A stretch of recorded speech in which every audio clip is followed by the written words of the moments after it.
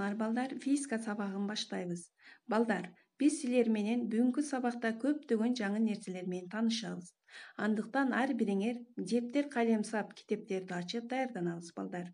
Келгиле, балдар, жаңы теманы өтөр алдында мурдагы өткөн теманы кайталап алалы. Биз мурунку сабакта нерселердин өз ара аракеттешүүсү, деформация, күч деген теманы өткөнбүз. Анда эмесе бала кайыктан жээкти көздөй секирип жатат. Биз сүрөттү көрүп турабыз. Нерселердин бири-бири менен өз ара аракеттенишүүсүн көрүп жатасыңар. Ал эми шарларда бири-бири менен кагылышып, нерселер аракеттенишип жатат. Адам алдыга секирсе, кайык артка жылат экен. Башкача айтканда, бири-бири менен карама-каршы кыймылда болушат экен. Мынакей мурунку сабакта нерселердин формасынын өзгөрүшү деформация деп аталат деп түшүнөбүз. Бир нерсенин таасири астында башка бир катуу нерсенин формасынын өзгөрүшү деформация деп аталат. Деформация латын сөзү бизче которгондо формасын же өлчөмүнүн өзгөрүшү деп түшүндүрүлөт. Күндөлүк турмушубузда пружина же болбосо апельсин, лимонду кысса мурунку калыбынан өзгөрөт. Биз буну билебиз жана турмушубузда колдонуп жүрөбүз. Ал эми күч деген түшүнүктү билебиз балдар. Бир нерсенин экинчи нерсеге жасаган аракетин сан жагына мүнөздөчү физикалык чоңдук бул күч деп аталат. Физикада күчтү F тамгасы менен белгилейбиз. Анын бирдиги Ньютон. Бул англиялык окумуштуу Исаак Ньютондун урматына коюлган күч вектордук чоңдук, ал сан мааниси менен катар багытка да ээ. Күчтүн аракетинин натыйжасы күчтүн багытына, анын чоңдугуна жана күч аракет эткен чекитке жараша болот. Биз күчкө мисал келтирели балдар. Үйүбүздө шкафты же болбосо пианиноны жылдырсак, биз буларга күчтүн жардамы менен жылдыра алабыз. Демек балдар, мурдагы өтүлгөн тема боюнча кайталоо жүргүзүп алдык. Ал эми бүгүнкү өтө турган темабыз балдар инерция, инерттүүлүк жана Ньютондун биринчи закону. Балдар, тетрадыбызды ачып, бүгүнкү числону жазып, теманы жазып койгула балдар. Бүгүнкү сабактын максаттары биз инерция, инерттүүлүк, Ньютондун биринчи закондору жөнүндө кеңири түшүнүк алабыз. Ушул закон боюнча өз ойлорун айтып бергенге калыптанасыңар. Андан кийин өтүлгөн темаларды турмуш менен байланыштыра аласыңар. Балдар, жердин бетинде тынч жаткан нерсеге башка нерселер аракет жасабаса, алар тынч абалда канча убакыт болсо да тура берет. Башкача айтканда, ага башка нерселер аракет этпесе, ал бир калыпта түз сызыктуу кыймылын уланта берет. Мисал келтирели. Ташты алсак, ташка сырттан күч аракет этпейин, ал канча убакыт болсо да ордунда тура берет. Ал эми автобусту алсак, ага сырттан күч аракет этпейин, ал бир калыпта түз сызыктуу ылдамдыгын сактап кете берет. Ал эми жер бетинде турган тоолорду, имараттарды адамдар тынч турат деп эсептешкени менен балдар, жер менен кошо кыймылда болушат. Буга чейин билебиз, жер дайыма кыймылда болот. Анда эмесе балдар, биз бүгүн жантык тегиздик боюнча шарды алалы. Демек, шарды ылдый карай кой берсек, шар кыймылга келип кайтып токтоп калат. Биз шарды кыймылсыз деп эсептесек, шар дагы деле бир калыпта түз сызыгын улантат. Себеби жер өз огунда айланып жаткандыктан биз ошондой жыйынтыкка келебиз. Нерсенин тынч абалын же бир калыпта кыймыл абалын сактоо кылбушу бул инерция деп аталат. Демек, инерция кылбушу күндөлүк турмушта көбүрөөк кездешет. Мисалы, биз түшүп жүргөн автобус катуу жолдон келе жатып, аялдамага келип токтоду дейли. Демек, автобус токтогондо автобустун ичиндеги адамдар кайсы багытта кыймылдайт балдар? Сүрөткө көңүл бургула. Катуу келип токтогондо адамдар алдыны көздөп умтулат. Ал эми ордунда туруп катуу ылдамдыкта козголсо, ичиндеги адамдар артты көздөй кыймылдайт. Демек, инерция кылбушу балдар күндөлүк турмушубузда абдан эле көп кездешет экен. Балдар, автобустун кыймылынын ичиндеги адамдар карама-каршы кыймылдайт экен. Силерге дагы түшүнүктүү болуш үчүн бир мисал келтирейин.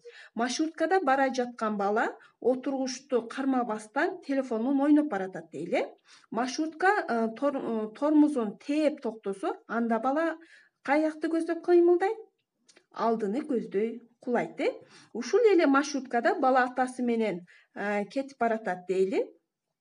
Атасынын салмагы 80 килограмм, ал эми баласыныкы 40 килограмм деп элестетели. Маршрут катуу келип токтогондо кимиси көбүрөөк алдыны көздөй умтулат балдар? Азаматсыңар, балдар, албетте баласы умтулат. Себеби атасынын салмагы чоң. Демек балдар, бул жерден инерттүүлүк деген түшүнүктү алат экенбиз. Канчалык инерттүүлүк чоң болсо, ошол тең салмактуу көбүрөөк сакталат экен. Демек балдар, биз инерттүүлүк, инерция деген түшүнүктү кеңири маалымат алып алдык. Дагы биз силерге кененирээк маалымат бериш үчүн дагы бир мисал келтирейин. Кичине балдар, биз велосипедти жакшы көрөбүз. Велосипед менен бара жаткан бала жолдун жээгиндеги тосмого урунду дейли. Бала алдыны көздөй умтулду. Экинчи сүрөттө карагыла, ушул жерде биз инерция кылбушун көрсөк болот экен. Жашоодо инерция кылбушун көрөбүз. Бул инерция кылбушу жашообузда бардык жерде колдонулат экен балдар. Башкача айтканда, ат мингенде, машина бурулганда, апабыз кир жууган кир машина жадагысы, жер титирөө, бардык жерде бул инерция кылбушун биз көрө алат экенбиз балдар. Балдар, Ньютондун биринчи закону ким тарабынан ачылган? Бул Ньютондун биринчи закону, бул Исаак Ньютон англиялык окумуштуу. Нерсеге башка нерселер аракет кылбаса, ал тынч абалда же бир калыпта түз сызыктуу кыймылда болот. Муну биз Ньютондун биринчи закону деп айта алат экенбиз.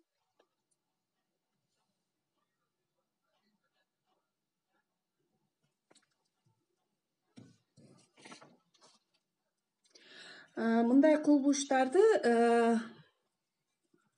алгач Галилео Галилей, андан кийин Исаак Ньютон тарабынан белгиленген балдар. Бүгүнкү өткөн темага биз жыйынтыктоо үчүн суроолорду берейин балдар. Төмөнкү учурлардын кайсынысында инерция кылбушу байкалат? Инерция деген эмне?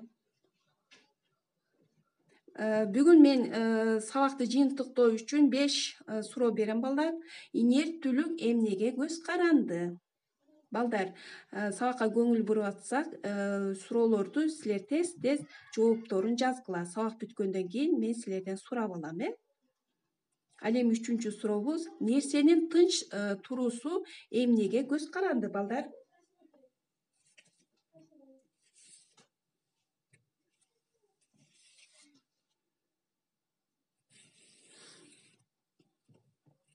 Кийинки сурообуз: инерциянын биринчи болуп, жаратылыштын закону катары илимге ким тарабынан киргизген?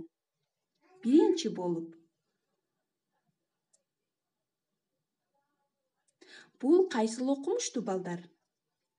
Биз бүгүнкү өтө турган темабызга байланыштуу. Бул кайсы окумуштуу? Биз бүгүн кайсы окумуштууну билдик балдар. Тетрадыбызга белгилеп атабыз.